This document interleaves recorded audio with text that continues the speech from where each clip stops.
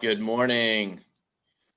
Good morning. Good morning. I see we are live now. Welcome. We're going to let people come in the room here as it's populating. I see that number bouncing up quickly from 24 to 51 now. Welcome. We're glad that you are here with us this morning. Thanks for taking time out of your busy day for us to celebrate Brandon, and we'll get into that here in a few minutes, and also have some engaging conversation that we hope that this adds to your day and adds some insights and also helps inspire you. And we're looking forward to a great conversation with Brandon and also with you. So we encourage you to populate the chats. Some of you have submitted questions ahead of time. So thank you very much for those. We have not told Brandon what those questions are. We're just going to surprise him. No, there's nothing too, too dangerous. But for those of you who are familiar with the center, thank you for attending again another event. We have a lot of folks who typically have attended many of our events before. However, we know that there are probably quite a few people who are here with us this morning who have not attended a center event before. So thank you for being here with us this morning. We're glad you're here. We have a lot going on at the center through a variety of different mechanisms, and if you can, we would love you to follow us on Instagram. We have Facebook. We are also we are very active on LinkedIn, and it's one way to stay connected with all of the things that we do. So at the center, just to give you a kind of heads up of what we do at the center, we do really there's sort of three pillars to what we do. One is engagement events. That includes things like this here today, that are ways that we can engage and connect and hear about amazing things that individuals are doing and groups and really be part of building community and building community around leadership. Another one is actual leadership development programming.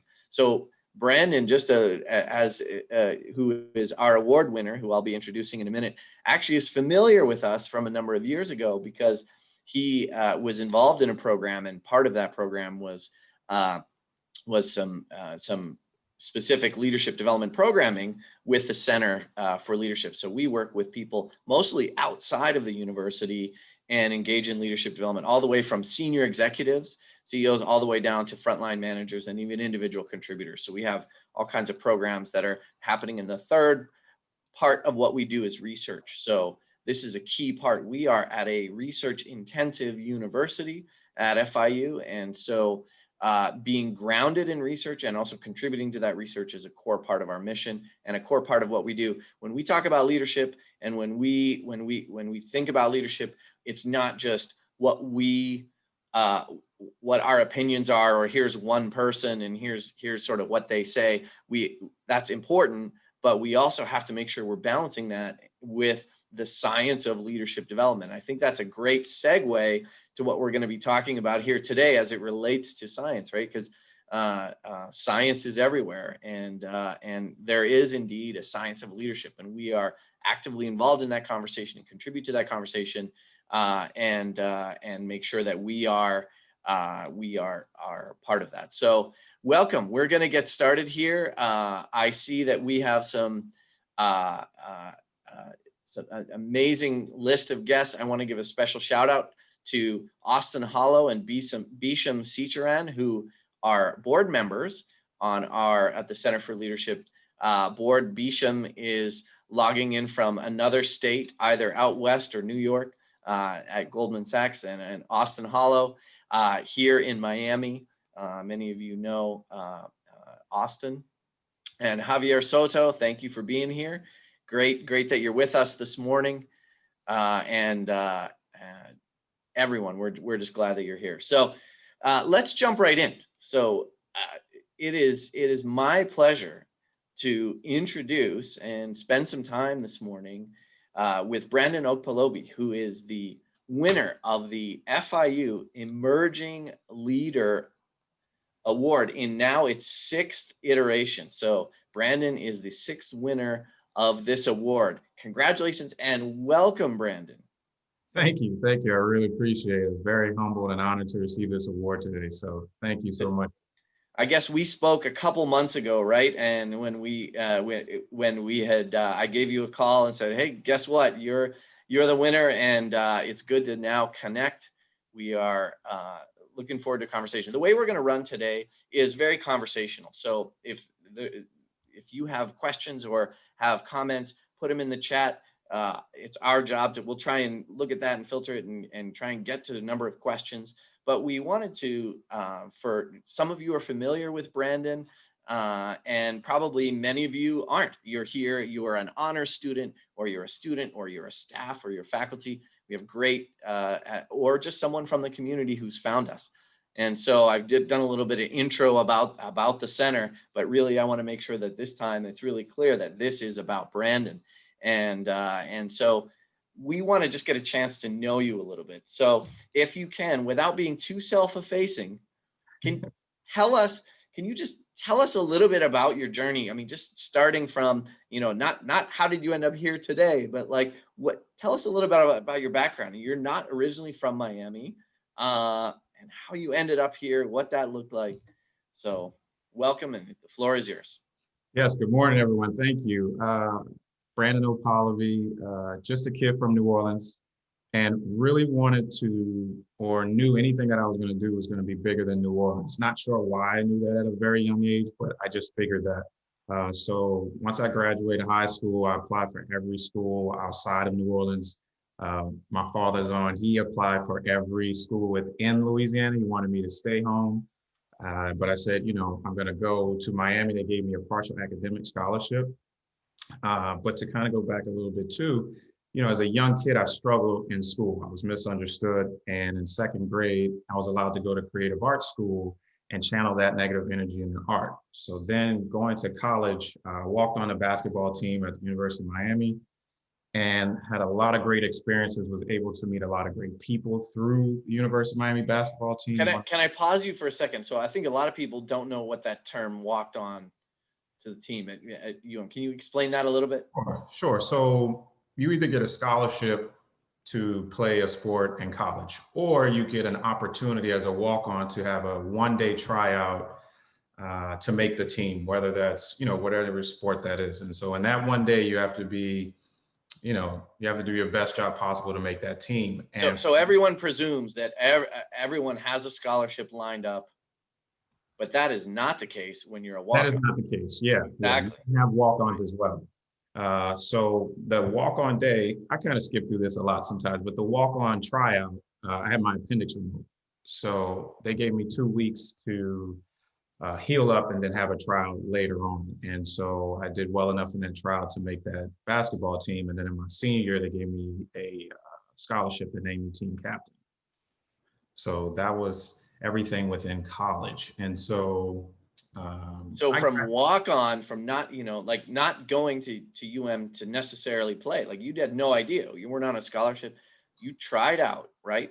And so this is sort of the back door, right? This is the way that some people get in through the back. I mean, it's sort of like the dream that a lot of people have, but for a lot of people, it doesn't work. You made it on, and you're telling us you got a scholarship in your senior year. So you're finally actually given a scholarship, and you were team captain at University of Miami basketball. Yeah, I knew. Phenomenal. I felt that my talent was good enough to play Division I basketball. I just wasn't recruited. Now, if I knew everything today, I probably wouldn't have went the same route, knowing everything that it takes to walk on. It's a lot. There's a lot of factors that people don't talk about or things that you don't know about to become a walk-on. So a lot of things were achieved just to do that. So yeah, so it was a great experience. We got to do some amazing things. Our coaches really set us up to be successful young men. So it was an amazing opportunity, So that's sort of how you ended up in Miami. Okay, yeah. So walk us through then So 2005 was when I graduated, and 2005 was also the year of Hurricane Katrina. So I stayed in Miami, and that just made Miami my home after that. And I started a job with the Orange Bowl Committee as the business development assistantship. And through that, I learned the business side of sports, because playing the sport, you just go to practice, you show up at arena, you play a game, you go home. You don't understand the back end, right? There's contracts, there's different arrangements made, there's sponsorship, there's marketing, there's all kinds of different things in the world of sports that you could step into outside of playing it. So I learned all of that at the Orange Bowl Committee. My major was computer information systems, and because of a partnership there, I met the partner at Deloitte and Touche, which is a global, might be #1 now, accounting firm in the world. Yep. So I started on the IT side of the audit. And so coming from the Orange Bowl Committee, learning the global side of sports, and then now going to a large entity like Deloitte, understanding the global side of business, just added more tools in my toolkit.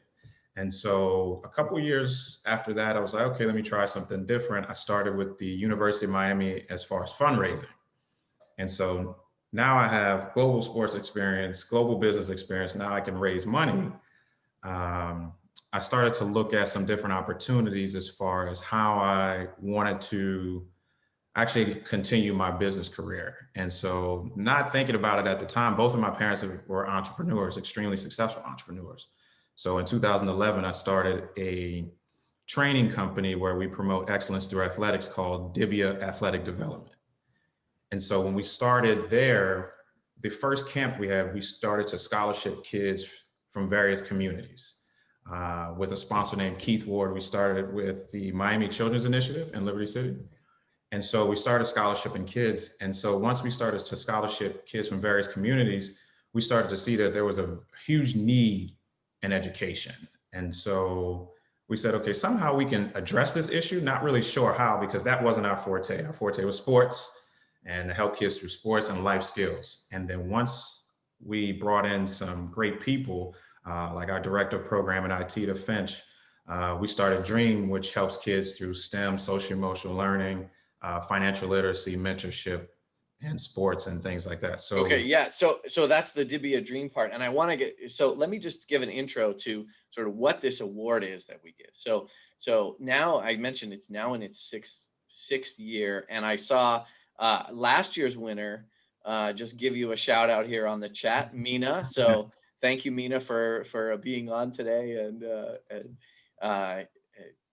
it's great to have you here. This award is designed to honor someone who is really making a difference in our community. And that could be along a kind of a whole host of different dimensions. Someone who's under 40 and someone who's making a difference in our community. The center serves people. We have now had people come to our programs from over 20 countries. I think we're at 21 now. We also serve people all across the US. This award, though, this is our homegrown award. And this is for someone who's making a difference in the Miami community. And I think that brings us to largely a lot around why you're being honored today, which is for your work with Dibia Dream. So you mentioned Dibia. Can you tell us a little bit about what that word is and what, we hadn't had this conversation before, but I did a little bit of homework and I was looking it up, and I think I might have an idea. So you've started this company, and then also now you're thinking about an opportunity. Can you walk us through a little bit more? And I know when this is you're thinking, all right, let me just sort of gloss over it. But I mean, this is the meat. We want to hear the details. Yeah. So let me take a step back. So 2005, I was working the University of Miami basketball camp when I had graduated. And so I developed a relationship with a couple of the kids, and we just kept winning each week. So at the end of the week, we do games. We just kept winning each week. So at the end of camp, one of the parents came up to me and said, "Hey, why don't you train our son?" And I said, "Well, train him in what?" And I said, "Train him in basketball."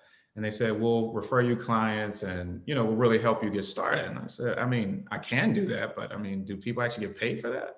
Mm-hmm. And so they referred a lot of people. So 2005 is really I was still with the Orange Bowl, so I was very busy. 2006, I was extremely busy with Deloitte. So I only had time on the weekends. So I could only train those kids on the weekends. And I was only doing it as a hobby because it was just supplementing income. Mhm. 2000, and then, at that time I was calling it like Brandon Okpalobi Sports or Basketball for All. Like, to me, the names are horrible.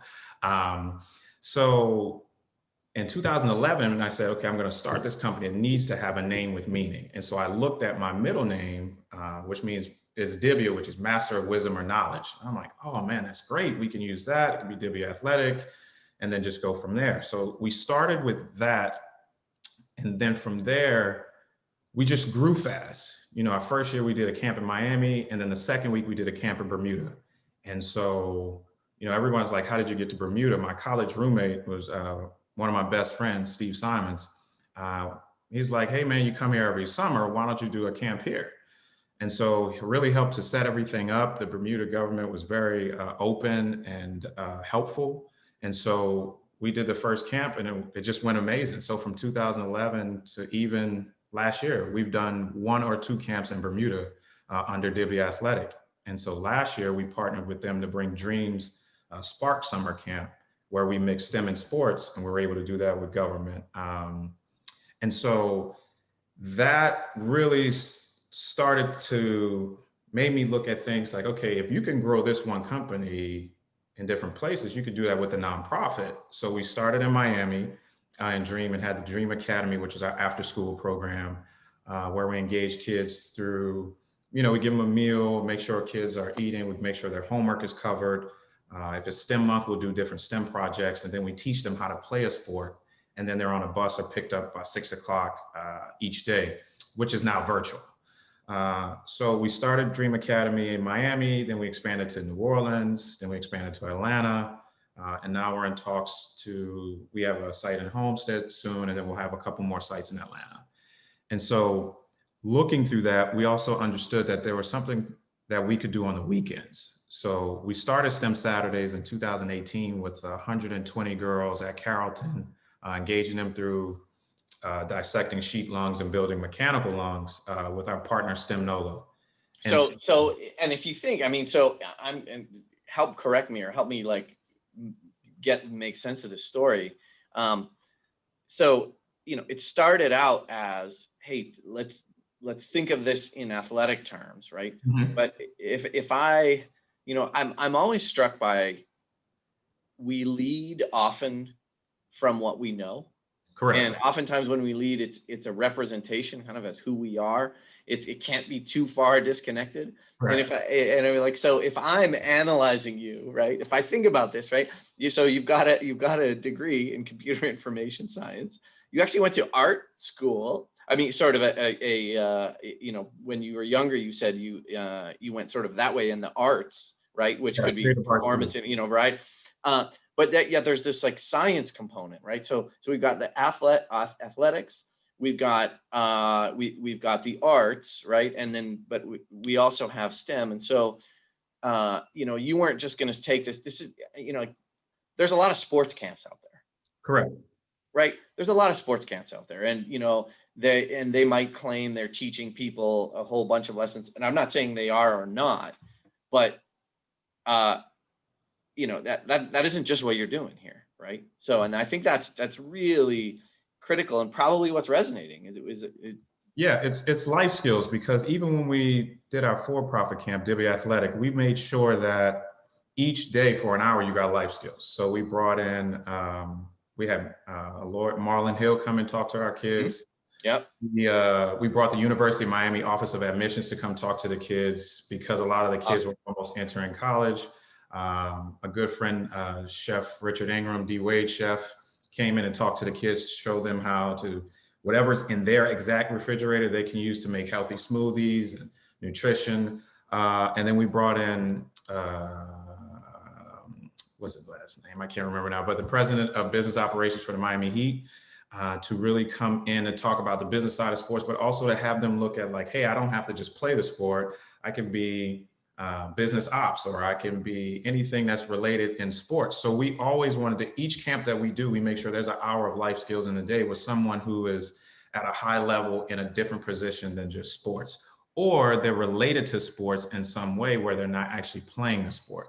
Because if we just did a basketball camp every day, then we'd be the same basketball camp Yep. that everyone has, charging whatever we charge. So we always, anything that we do, we make sure that we're different in a couple different ways that really will develop the whole child, right? And so some of the programs, as you mentioned, we kind of look at some of the things that helped us, right? Like art helped me when I was young. And so I had a Nintendo, I ripped that Nintendo open to see how it worked. So that was kind of like the intrigue. Yes, my mom who's on, she's probably upset about that, but it helps you, to be intrigued. And so we wanted to look at how are we exposing, or how are we using that creativity from the kids that we are in front of, right? How are we letting them just kind of explore through certain things? And that's where the STEM component came in, because everybody can get the same pieces to create a car, but you design your car differently because it's your car. Your car can go faster. You can add flares. You can name it a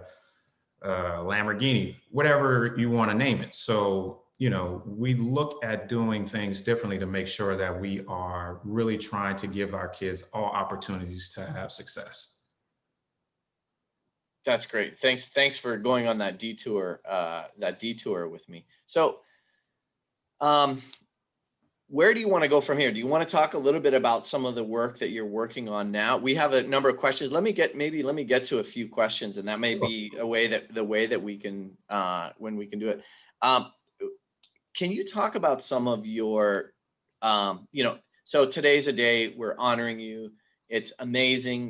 This is the kind of day, and you've had other days like this, right? But that it's sort of uh, it's a mountaintop day, right? Or like,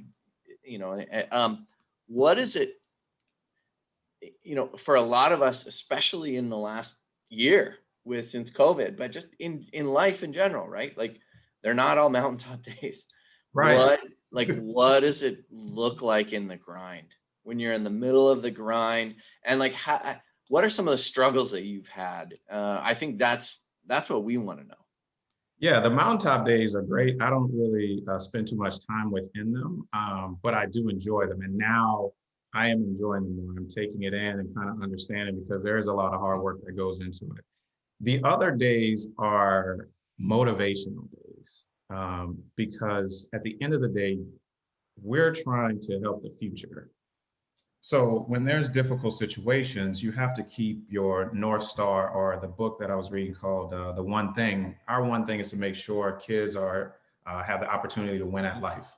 And so any day that we're not doing anything that meets that, we have to remove that. And sometimes that's having difficult days, that's having difficult conversations with partners or sponsors or things like that. But at the end of the day, it is to make sure that we get to that North Star. And so sometimes we have to sit in that and also understand, like, hey, this may happen today, but joy will be tomorrow. We'll get through this. And so we've had quite a bit of times, especially during COVID, right? That started and everyone's like, hey, jump on Zoom. We didn't know what Zoom was. So we took time. But then also too, let's say a couple 6 months, everybody's, hey, we're gonna go back to in person, or we're not. So it's kind of, you kind of create programming if you're not sure if you're going to be in person or virtual, or what that looks like. And then so at the end of the day, we have been blessed to really have a good team, and everybody's on board to understand, like, look, there's going to be days where we're not all nice as possible, but we're trying to get to the goal of making sure that our kids have quality programming. And because of that, we've been able to weather quite a few storms, and to say that last year actually allowed us, as Dream as an organization, we were only in Florida in person, or we were in Atlanta in person, but now virtually we're in 26 states and 4 countries. So that's because of the hard work of the staff. So that's a big shout out to everyone that is a Dream Avenger or Dream coordinator or a Dream staff member. What's something you're working on in terms of your leading? I'm leading it broadly defined. I'm working on being vulnerable and being uncomfortable, having conversations that need to be had, and really just taking time to kind of look back at myself first before I come to someone with an issue or things like that, really looking at my leadership. I read a book called Extreme Ownership. It's by a group of Navy SEALs, and it said there's no bad teams, there's only bad leaders. So therefore, if the team is not operating at 100% or anything around you is not operating at 100%, you probably need to take a deeper look at yourself and say, okay, how can I fix or address my issues? And then also speak differently, right? Like there's times where, I come down a little hard, but it's like, that's not necessarily what needs to take place. We need to understand everybody's concern and then how we move forward to be successful. Well, thank you for being vulnerable in sharing that with us. So, yeah, no, that's, I mean, it's not, it's not easy, right? Right, I mean, right, I think for all of us, right, it's scary space to be in. But one of the things, and you know this from having spent some time with the center, right, with some right, of our, is that one of our core beliefs, and we know this based on solid research too, is that the best leaders are those who are continually getting better, and you right. don't get better by accident. You get better through just like in sports, I mean, through deliberate practice. And we often have this misconception about leadership that, well, you're either a good leader or you're not, or like once you're good, then you're good.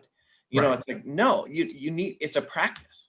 It's really a practice. And so it's not a destination. It's like the journey of doing it.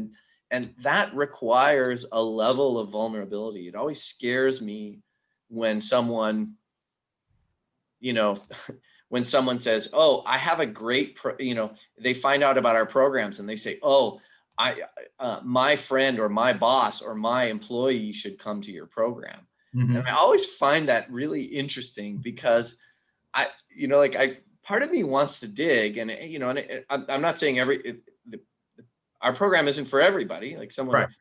but I'm interested in sort of like what's behind the scenes in that statement. And to me, what's behind the scenes in that statement is I'm doing fine. Everything's Right. fine. But this other person, they've got the problem. So as it relates to kind of like extreme ownership, I wonder if there's this kind of tendency, right, in that would be to say like, well, it's someone else, someone else has the problem, or you should come. People often say to me, they're like, oh, you should come talk to my leader, or you should come see our organization.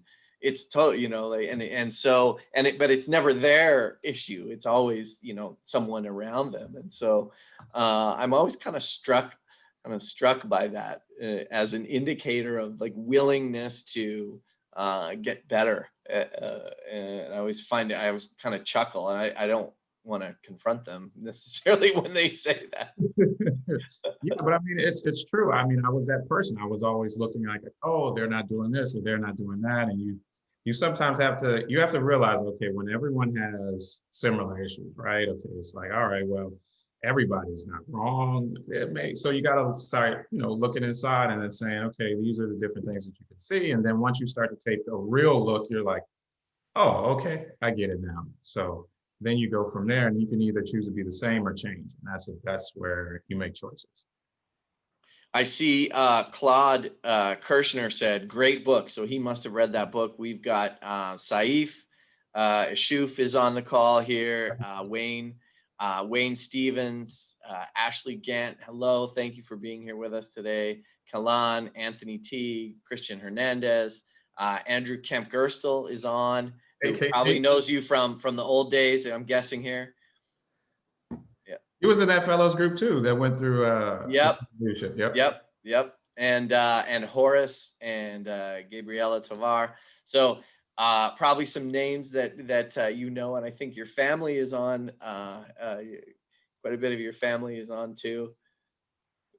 Fantastic. So if you have a question for Brandon, put it in the chats and we'll get to it. And then I want to, in the meantime, while we do that here, I want to chat with you a little bit about what you have going on now, right? So you are, just to sort of position this for everyone, people who may not know, you are the founder of this nonprofit that works right in 5 core areas, right? I think you have Correct. 5 pillars. So they are: sports is one, Correct. right? STEM is another. Mhm. What are the other 3? Mentorship, financial literacy, health and wellness.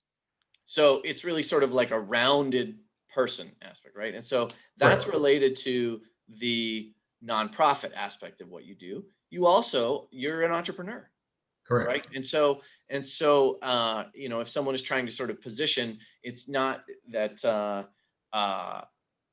you know, like those things coincide and actually go together well. So you are a CEO and founder of businesses, right? As well Right. as on this side. How do you work how do those kind of play well together? And I think they actually leverage off. And then maybe I'd like to hear about the new business that you're launching, Okay. which is really, really cool. We had a chance to chat for a few minutes about it before this morning. So Yeah, I kind of don't have a actual management system. It's just more about get it done. yep. And but they've all worked together because they work together. On Divya Athletic, we do certain things. We're doing one-on-one training, we're doing cancer clinics, and they're very structured. So everything is kind of structured on my schedule on that side. With Dream is a much bigger mission, and so we have director of programming operations, and then we have staff under them that really lead the way daily in making sure that everything is taken care of on the Dream standpoint. And so that uh, merges with Divvy Athletic because sometimes if we have an athletic event or let's say we're doing a field day, we will work together there. And so right now I've kind of looked at all of the self-help books that say, you know, structure your days and start structuring blocks of time, because before it would just blend together. If I was on a call for this, I would jump on a call for that. But that had me running all over the place. So now I've structured my days in block time, Hmm. which has allowed me to start a new business, which is called Science. And so So did Science you actually do make time? Did you actually have now, a this is like January 1. So this is new. This is okay. Okay. we're So it's testing. another we've discovered another thing you're working on, right? How do you structure your day? Okay. Yeah, Sorry, go ahead. Yeah. this is new. This is something very foreign for me, but Yeah. it's going well so far. Um, so Science, we're creating the next generation of leaders and innovators through education. And so we will start with 3 to 6 educational STEM kits that will really expand the minds of the kids we serve. So we have a couple cool projects that are coming out, and like a drone, and we have a boat, and we have a mechanical lung, and we have 3 others that I won't mention yet. But those are the exciting projects that kids will now be able to engage us um, all over the world. And so we will start that in the first quarter, early second quarter. Uh-huh. That will start to change the way we look at science altogether. So as far as science standards, science curriculum, anything related to science, because So people, we were talking before, people try to yeah. put science in a box, right? And so our mission is to let everyone know science is in everything. So anything that you're doing, there's a scientific aspect to it, or there's a math or technology Yeah. or engineering. Yeah. So it's not just in a box. Yeah. Everything is there. It's just that we have to now remove that box and now understand, okay, now this is within everything that we do. And now it's time to really change the way we look at education going forward. So you are taking science out of a box, but you're creating boxes to do so, right? Well, yeah, Boxes of science kits. Okay. So can you walk us through what one of those boxes actually looks like? sure. So it will be a small, like mailer box. As you open it up, it'll have information on the organization, and it'll have a couple cool things. They'll have a pin in there that says they're future scientists. It'll have a instruction booklet, and then it'll have the actual STEM kit. And then you'll also receive a video online from us with one of our great coordinators taking you through the actual project. So the cool part about it is that these are kits that are not normally done. You know, most people are doing certain kind of, somebody's done slime or they've done this. These are really cool projects that the kids can continue to recreate. So it's like you bought this and it's not just you made it once, you can recreate this multiple times and to do multiple projects. And therefore, you're now engaging yourself through science. And then also, too, what we're trying to really get is the kids who purchase them to now start their own small science groups. Okay, so now you're a leader of your group. Now you all do drone experiments on Saturdays. And so now you've now started to do science more than just that one kit. And so what we want to do is expand learning. And so we're doing that through the new organization. What, so like a drone, like you want a drone, you're going to have to build it, right? Like which I know. You build a drone because most kids are like, okay, I've never built a drone, or I've never built this, and now you have. And so now you're a developer, or now you're a scientist, or now you're an engineer. You can say that, in the 3rd grade, 4th grade, or whatever, instead of you always saying, or someone saying you can't, right? We're eliminating can't from vocabularies that you can be whatever you choose to be. So I think too, what is, some of these, I'm guessing there are other boxes out there that are similar, right? That parents with resources would have access to. Correct. But I think some of them are different too, right? And so I don't know if you probably have some things under wraps that you're not quite, not ready to share, but it's not all like, it wouldn't just be like a drone. And what I think is interesting is it's getting people to be curious, and sort of own this idea that you need to understand how things work.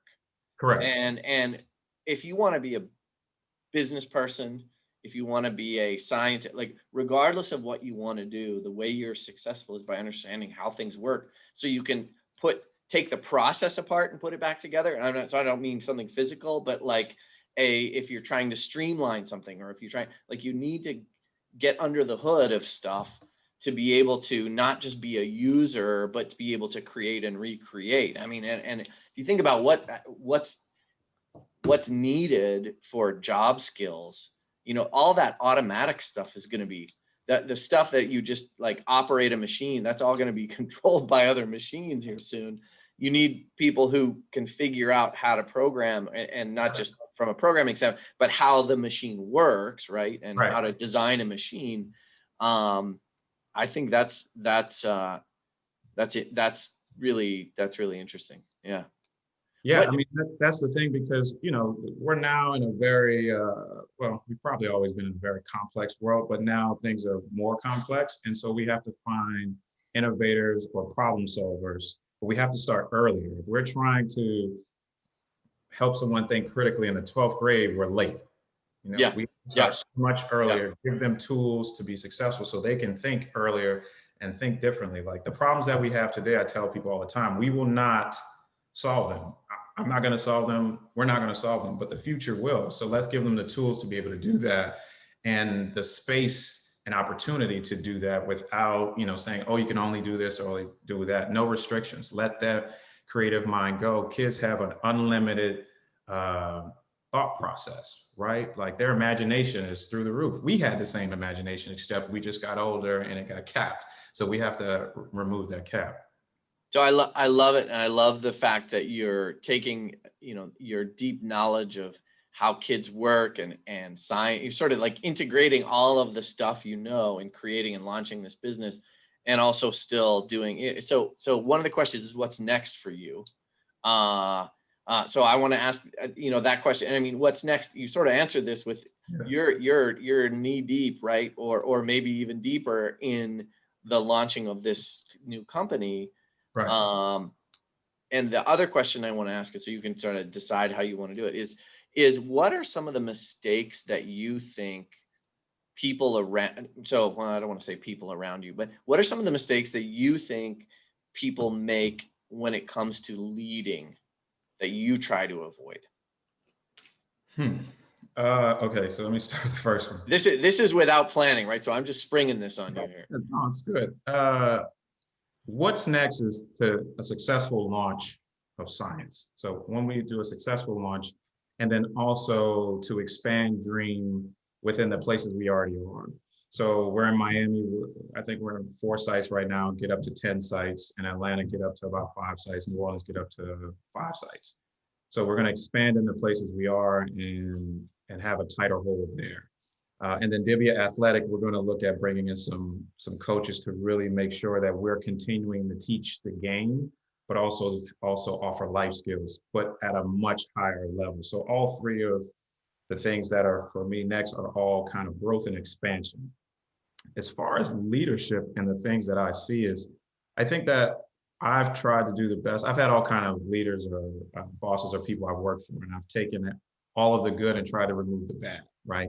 And so I think that sometimes we as leaders do not develop our um, our staff or our team the best way possible, right? Like we don't offer enough professional development. We may not give enough one-on-one time to talk about the things that we actually go through on a daily basis, but then also actually ask them like, what or how do you see yourself growing within the organization? Or remove the organization, say how or what's your 5-year plan? You know, because if we don't get to understand the people who work for us, then it becomes very transactional and robotic. And so if it's just robotic, then it's just like, okay, they're here for a check and they leave and they may do an okay job.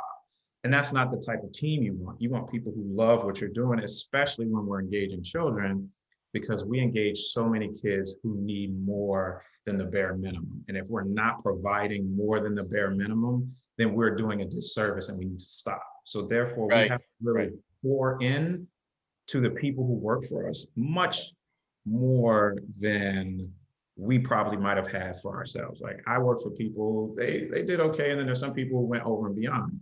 We can do more and we should do more. So I think that leadership today is suffering at an all-time level, but it can change by us really taking a step back and asking certain questions like, hey, how was your day? Being more understanding, right? Like how I worked was we had to get the job done. No one asked me if I had a bad day or this took place or things like that. But in the current climate and state where we're in, we have to ask questions. We have to say, okay, hey, how's your day going? Do Yeah. you need, 30 minutes or something like that? And that it's not only for you, it helps them, but then also too, it helps the business. And at the end of the day, everybody wants to be paid and wants to have jobs. Yeah. Yeah. That's kind Yeah, of and I'm reminded of this fact. Some of the work that I do with leaders, some of the pushback that I occasionally get from people early on is they'll say, "Look, this isn't who I am. I'm not the kind of person who's going to ask how your day was. I'm not the kind of leader. So they better get used to it."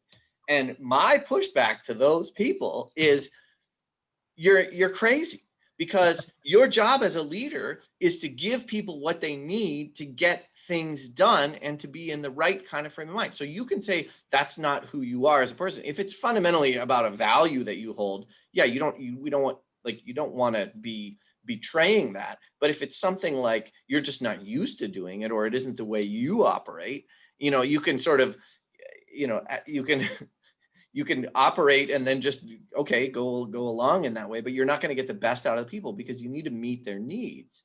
And boy, is that important. And this has been a conversation I've had with a number of people in the last few months, where I've really had to kind of challenge them on this, because we come up with this we come up against this idea of authenticity, and authenticity wins the day. And authenticity means you need to be one version of authenticity is you need to be exactly who you are all the time, which actually makes it a lot harder to change if you really stick with that too much. So it kind of makes me think of that. Yeah, and I would stress that, any people like that you run across, you should have them read the book Dare to Lead by Brene Brown.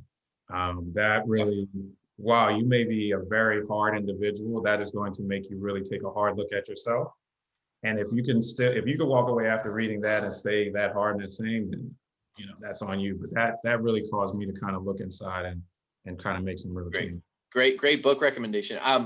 Marlon Hill actually has a question for you, and it is, what is the most meaningful leadership lesson from your cultural heritage that you try to think about or try to apply?